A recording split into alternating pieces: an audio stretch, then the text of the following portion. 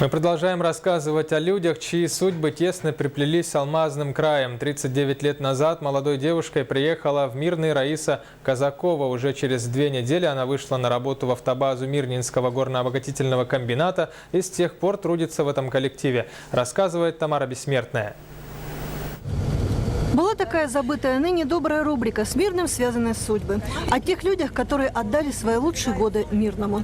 Мы мало задумываемся, о чем это. Наверное, о времени, которое нужно было отдать прежде всего семье, детям, любимым, а оно было отдано работе и предприятию. Раиса Николаевна приехала в Мирный в 1976 году и сразу была принята в автобазу МГОКа оператором ГСМ. Позже девушку приметили и перевели на весовую карата. Работу направляет электронный диспетчер. Первая в нашей стране информационно-логическая система управления горным транспортом «Карат». Тяжеленные БелАЗы взвешиваются на весах, и шофер на электронном табло узнает, на какую фабрику надо отвезти руду.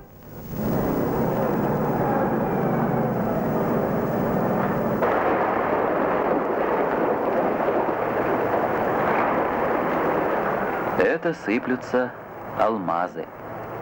Распределитель работ на горно-диспетчерской, она занималась нормированием труда большегрузных автомобилей. От правильности и честности ее учета зависела зарплата водителей. От того, сколько водитель сделал рейсов, зависит его оплата труда. И сколько нормы времени надо на один рейс в течение смены. От этого зависит, сколько времени пойдет на погрузку автомобиля, на подъезд его. Через 6 лет ее перевели инженером по нормированию и организации труда. А потом случилось несчастье. Страшный диагноз и борьба за жизнь. 9 месяцев стационара и возвращение в родной город. Она уже не могла работать как прежде, и ей предложили место начальника административно-хозяйственного отдела.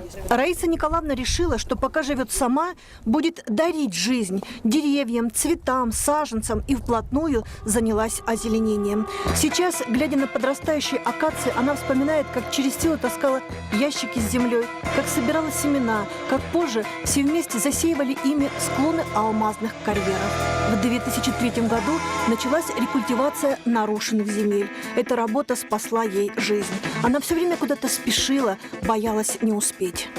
Я занималась посадкой деревьев, отсыпками площадей под посадку деревьев.